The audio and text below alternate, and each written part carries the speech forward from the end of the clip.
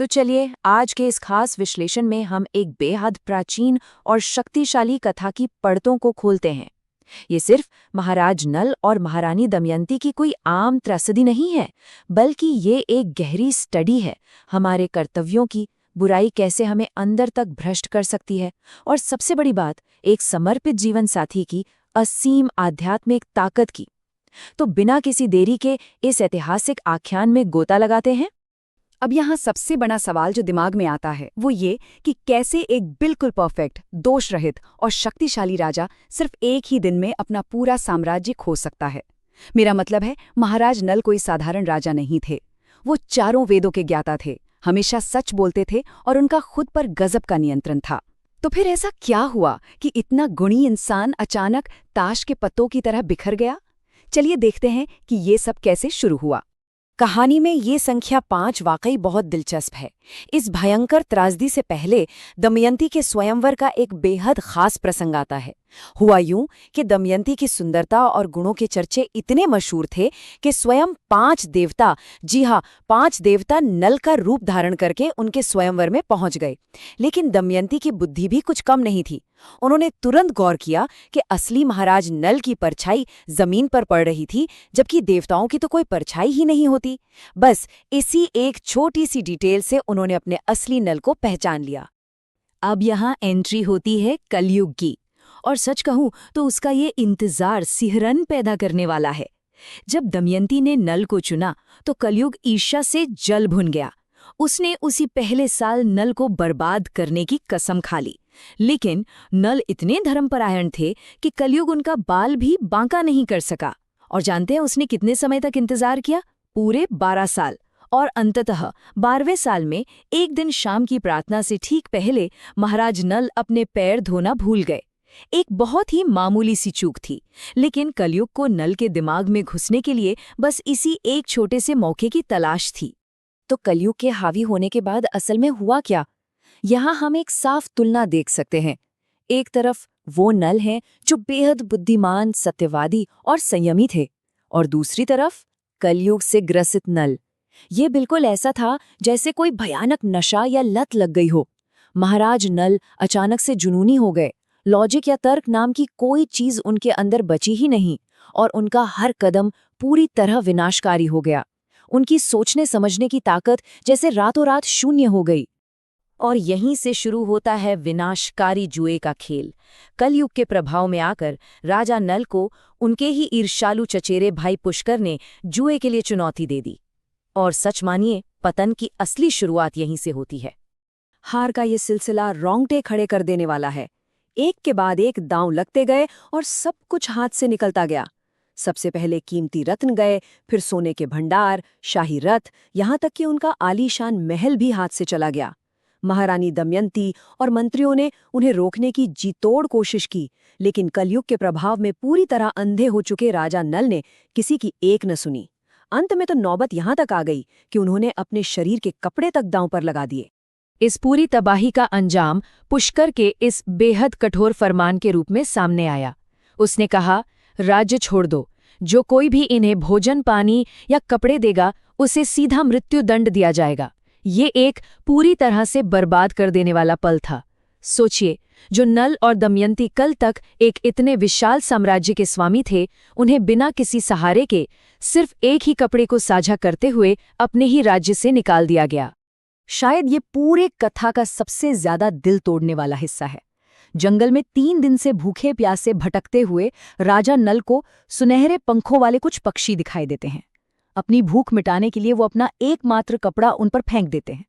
लेकिन तभी वो पक्षी उस कपड़े को लेकर हवा में उड़ जाते हैं और हंसते हुए कहते हैं कि वो कोई पक्षी नहीं, बल्कि वही जुए के पासे हैं जो उनका सब कुछ छीनने आए थे।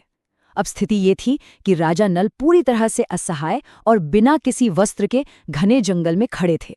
निर्वासन और दिल तोड़ने वाला अलगाव। इस घने और भयानक जंगल का अंधेरा अब राजा नल के भीतर पल रही निराशा को एक ऐसे चरम बिंदु पर ले जाने वाला था जिसकी कल्पना भी मुश्किल है। इन सब के बीच महारानी दमयंती का समर्पण वाकई अकल्पनीय है। जब नल ने पूरी तरह टूटकर उनसे कहा कि वो अपने माता पिता के सुरक्षित राज्य विदर्भ चली जाएं, तो उन्होंने इन बेहद खूबसूरत शब्दों के साथ साफ इनकार कर दिया। निराशा में डूबे पति के लिए पत्नी के शब्द और उसका साथ ही सबसे बड़ी औषधि होती है। उनका पक्का विश्वास था कि उनकी मौजूदगी ही उनके पति के इस गहरे शोक का एकमात्र इलाज है। लेकिन कलयुग का बिछाया जाल बहुत गहरा था।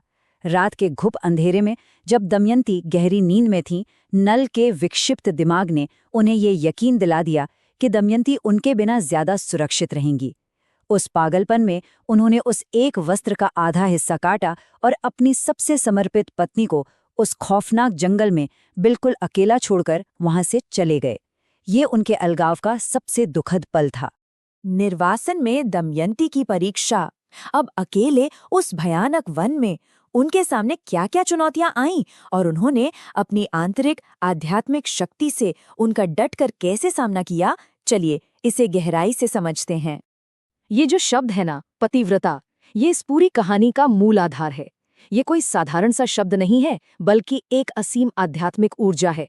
मन, वचन और कर्म से अपनी निष्ठा में पूरी तरह से शुद्ध रहने वाली स्त्री के पास एक ऐसा सुरक्षा कवच आ जाता है जिसे दुनिया की कोई भी भौतिक शक्ति नहीं तोड़ सकती। और आगे हम ठीक यही देखने वाले हैं कि कैसे ये शक्ति दमयंती की हर कदम पर रक्षा करती है। जंगल में बिल्कुल अकेले भटकते हुए दमयंती का सामना एक विशालकाय अजगर से हो जाता है। उस अजगर की सांसों का खिंचाव इतना तेज था कि वो दमयंती को अपने मुंह में आधा निगल ही लेता है।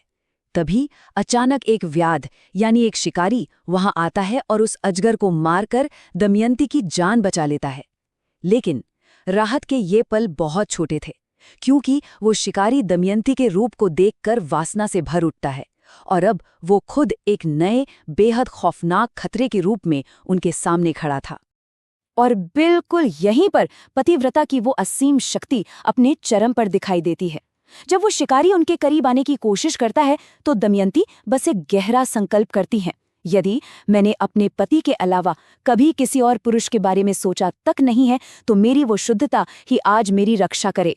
और यकीन मानिए, बिना एक भी हथियार उठाए उनकी उस शुद्ध आध्यात्मिक ऊर्जा के तेज से वो शिकारी उसी पल वहीं जलकर भस्म हो जाता है। इस भयानक निराशा के बीच भी उम्मीद की कुछ किरणें अभी बाकी थीं।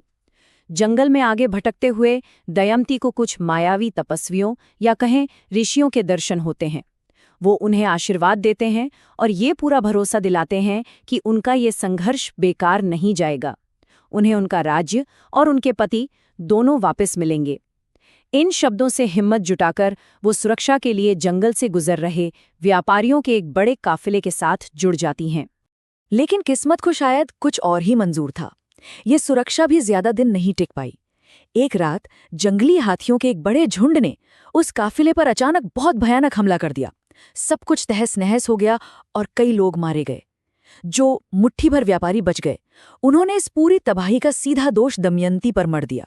उन्हें लगा कि यह आधी साड़ी में लिपटी अजनबी औरत जरूर कोई अपशकुन है और इसी की वजह से उन पर यह कहर टूटा है। एक गुप्त शाही शरणस्थली। अब उन गुस्से में भरे व्यापारियों से खुद को बचाते हुए दमयंती वहां से चुपचाप निकल जाती हैं और वापस सभ्यता की ओर अपना सफर जारी रखती हैं। जरा इस दृश्य की कल्पना करके देखिए। हफ्तों की थकान, न स्नान किया हुआ शरीर और सिर्फ आधे फटे हुए कपड़े में लिपटी दमयंती चेदी राज्य की राजधानी पहुंचती हैं। हालत इतनी खराब थी कि गलियों के बच्चे उन्हें पागल समझकर उन पर पत्थर फेंकने लगते हैं। लेकिन जब वो राजमहल के पास से गुजरती हैं तो राजमाता उनकी इस दयनीय हालत के बावजूद उनके चेहरे पर झलक रही उस राजसी आभा और तेज को एक ही नज़र में पहचान लेती हैं। दिलचस्प बात यह है कि शरण मिलने के बावजूद दमयंती अपने सिद्धांतों से रत्ती भर भी समझौता नहीं करती।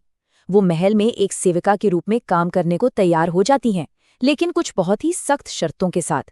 वो साफ कर देती हैं कि वो कभी किसी का झूठा भोजन नहीं खाएंगी और ना ही कभी किसी दूसरे पुरुष की सेवा करने या उनसे बात करने का कोई आदेश मानेंगी। ये उनकी अपने पतिव्रत धर्म के प्रति अटूट निष्ठा का सबसे बड़ा प्रमाण था। तो हम इस विश्लेषण के अंत में एक बेहद रोमांचक मोड़ पर आकर खड़े हो गए हैं। अपना पूरा साम्राज्य, अपना पति और अपनी पहचान तक छिन जाने के बाद अब सिर्फ एक सेविका के रूप में रह रही दमयंती आगे क्या करने वाली हैं? कैसे उनकी ये शुद्ध और अटूट भक्ति कलयुग के रचे इस दुर्भाग्य के पूरे जाल को काट कर रख देगी? ये वाकई सोचने वाली बात है ना। ये हमें ये एहसास दिलाती है कि सच्ची निष्ठा में तो लिखी हुई किस्मत को भी बदल देने की ताकत होती है। इस